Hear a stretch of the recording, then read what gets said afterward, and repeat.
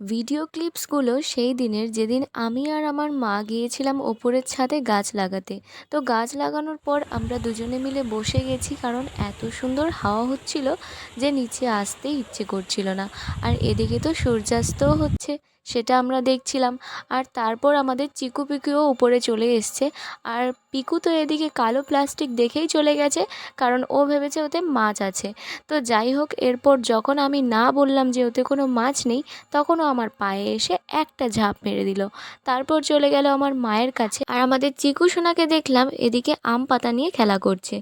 আর তারপর দেখলাম যে ওদের নানা রকম অঙ্গভঙ্গি।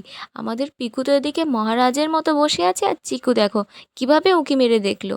আর তারপর আমার চিকু সোনাকে একটু কোলে নিয়ে আদর করে নিলাম।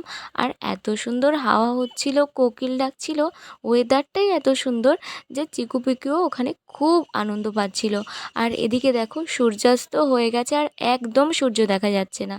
তো সেই কারণে আমি আর মা নিচে চলে এলাম। তো এই ভিডিওটা এই পর্যন্তই। দেখা হচ্ছে নেক্সট ভিডিওতে। বাই।